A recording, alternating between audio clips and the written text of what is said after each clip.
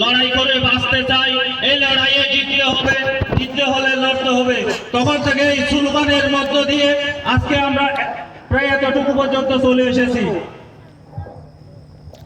আজকের লড়াই হলো শান্তিপ্রিয় লড়াই, আজকের লড়াই হলো মা বোনদের জন্য লড়াই, আজকের লড়াই হলো দেশকে বাঁচানোর লড়াই। আপনারা জানেন রোহিঙ্গা সম্প্রদায়ের কি অবস্থা হয়েছে, কিন্তু কোনো ব্যবস্থা হয়নি।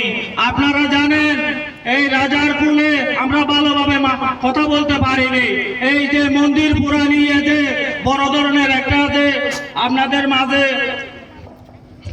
অসন্তোষ হয়েছিল, রাতের ঘুম হারাম করে সবাইকে পথে থাকতে হয়েছিল, আপনারা দেখেছেন। অনেকেই জানেন কারা করেছিল, কারা এদের পিছনে ইন্ধন দিয়েছিল। আমি বিশেষ কিছু বলবো না, তাই আপনারা আমাদের সিনিয়র পার্সন যারা আছে তারা বলবে, আমি বেশি কিছু বলতে চাই না। আপনারা